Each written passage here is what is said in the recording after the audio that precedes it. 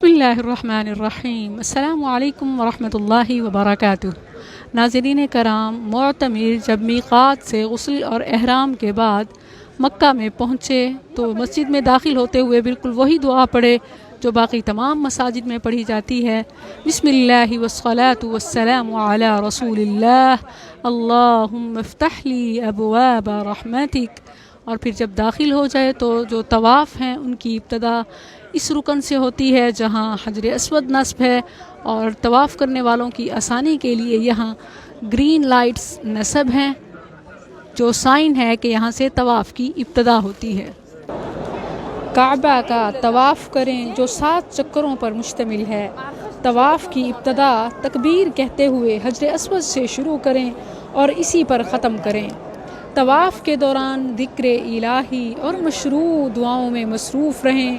ہر چکر میں رکن یمانی اور حجر اسود کے درمیان یہ دعا پڑھنی سنت ہے۔ ربنا آتنا فی الدنیا حسنہ وفی الآخرۃ حسنہ وقنا عذاب النار۔ پھر اگر ممکن ہو تو آپ مقام ابراہیم کے پیچھے اگرچہ سے کچھ دور ہی صحیح 2 رکعت نماز ادا کریں، ورنہ مسجد کے کسی بھی گوشے میں نماز ادا کر لیں۔ اس طواف میں سنت ہے کہ آپ استباء کریں، یعنی آپ اپنی چادر کے درمیانی حصے کو دائیں بغل کے نیچے سے لے کر اس کے دونوں کناروں کو بائیں کندھے کے اوپر ڈال لیں، اور اسی طواف کے پہلے 3 چکروں میں رمل کرنا بھی سنت ہے۔ اور رمل سے مراد یہ ہے کہ چھوٹے چھوٹے قدم رکھتے ہوئے تیزی سے چلیں۔ پھر آپ صفا پہاڑی کی طرف آئیں گے۔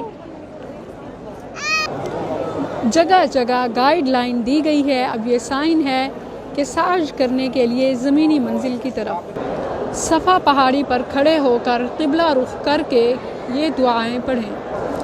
جابر رضی اللہ عنہ سے مروی ہے کہ نبی کریم صلی اللہ علیہ وسلم جب صفا پہاڑی پر چڑھتے تو یہ پڑھتے: ان الصفا والمروة من شعائر اللہ فمن حج البيت أو اعتمر فلا جناح عليه أن يطوف بهما ومن تطوع خيرا فإن الله شاكر عليم۔ صفا اور مروہ اللہ کی نشانیوں میں سے ہیں، اسی لیے بیت اللہ کا حج و عمرہ کرنے والے پر ان کا طواف کر لینے میں بھی کوئی گناہ نہیں۔ اپنی خوشی سے بھلائی کرنے والوں کا اللہ قدردان ہے اور انہیں خوب جاننے والا ہے۔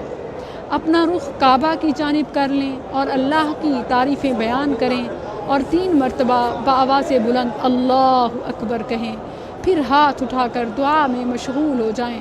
اس طرح 3 مرتبہ دعا کرنا سنت ہے، اور ان کلمات کو 3 مرتبہ کہیں: لا الہ الا اللہ وحدہ لا شریک لہ لہ الملک ولہ الحمد وہو علی کل شیء قدیر، لا الہ الا اللہ وحدہ انجز وعدہ ونصر عبدہ وہزم الاحزاب وحدہ۔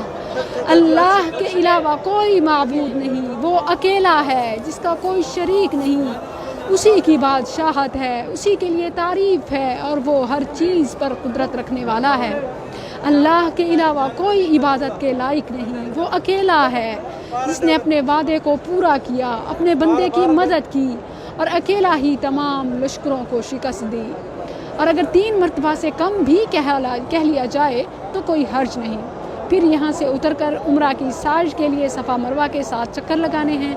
اپنی سعی کے دوران جو گرین لائنز ہیں، سبز بتیاں، تیز تیز چلیں اور ان کے پہلے اور بعد میں عام چلیں۔ یہ صفا ہے، صفا پہاڑی۔